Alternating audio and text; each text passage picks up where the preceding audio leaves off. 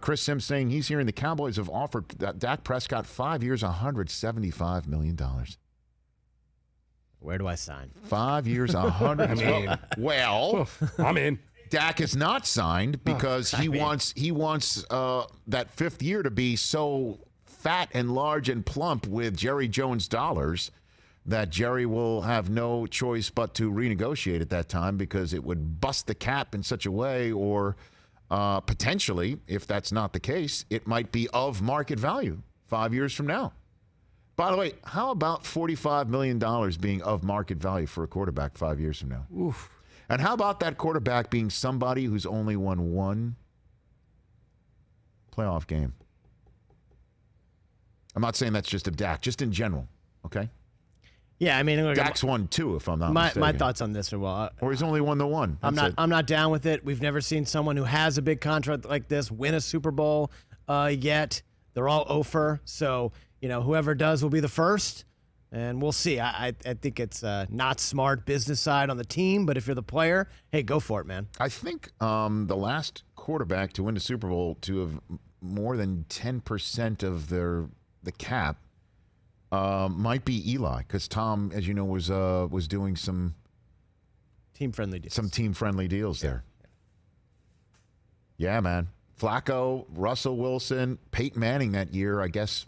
He was making about 14, 15 you imagine. that year. Could you imagine? Yeah. 14, 15 million is 10 million less than what Jimmy Garoppolo's making right now. Yeah.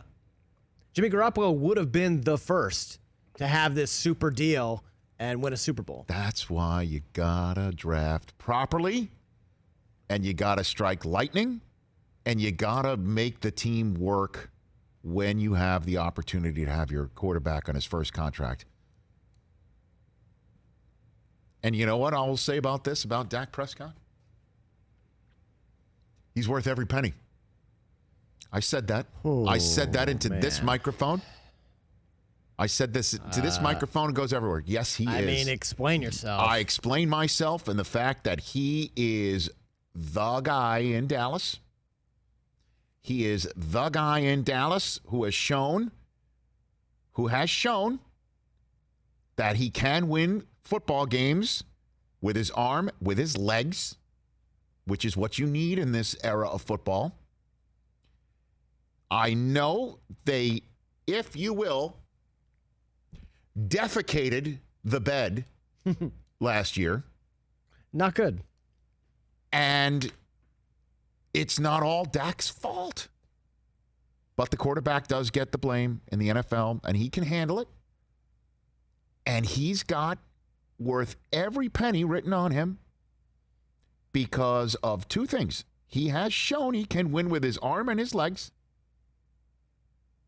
He is a face front individual, which you need to have at the position. He is exactly the type of guy you can go to battle with on the field, in the community. And he's got leverage. And the Cowboys let him have it. But you're going to make him the highest paid quarterback in the NFL? You have to, because that's the way it goes. And if you wait, it's only going to cost you more money. Because here comes Deshaun Watson across the state. And then up north, you got Patrick Mahomes, who's already won the Super Bowl in his first contract, who's already won a league MVP in his first contract, who's already won a Super Bowl MVP in his first contract. The longer you wait, the more it's going to cost you. Why, though? Who else is going to pay him this kind of money? I don't have a specific team for you because it's not going to happen. He's going to stay in Dallas. But if Dallas says no, if Jerry says, look, this is my offer, take it or leave it, who else is going to pay him? Do you see another team paying $45 million for him? He wouldn't be a free agent this year. No, he'll sign his franchise tag. But here's another thing, too, and I'm not fully well-versed on the cap. But if COVID-19 affects a bottom line as we're seeing it affecting bottom lines, you're seeing at the top of the ESPN headline stack, a report that if no college football is played this year, $4 billion in revenue will be lost, and college sports will never be the same. Which is why many people in that article, named and unnamed, believe there will be a college football season, whether it's on time now or they'll play it next spring. It's coming. It's going to happen. They have to have it.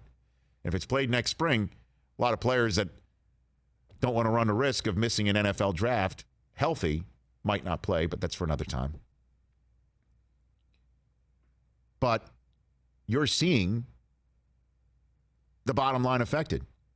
So if you pay Dak all this money and there's less money in the cap, boy, howdy, that would be problematic. But if you're seeing everything continue to go up, what do you want to do? You want to start from scratch? Because that's your alternative.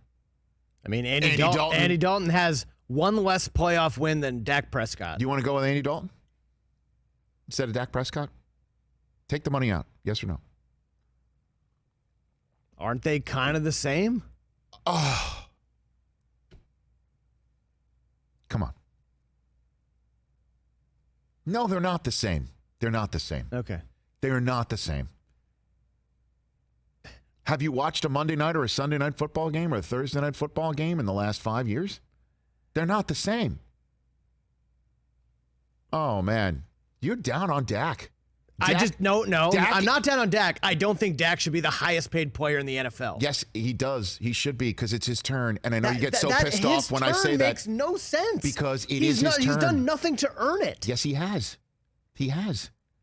You just mentioned Patrick Mahomes won the Super Bowl and was MVP. Correct. That guy deserves to be the highest paid player in the league. That is correct, and he will be. Dak Prescott has one playoff win and one season of 4,000 yards passing. He took the job from Tony Romo. He sent Tony Romo into broadcasting. Okay? And he did it by only playing with half the field. Everybody under the sun.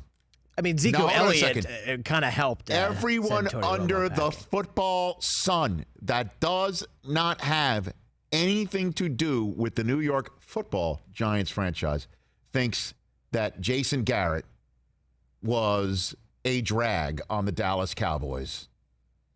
Oh, but let's not associate that with the quarterback. Let's not associate that with the quarterback at all.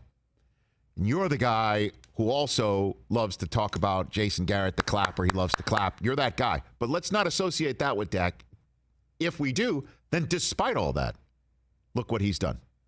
He is a dream in the community. Don't discount it.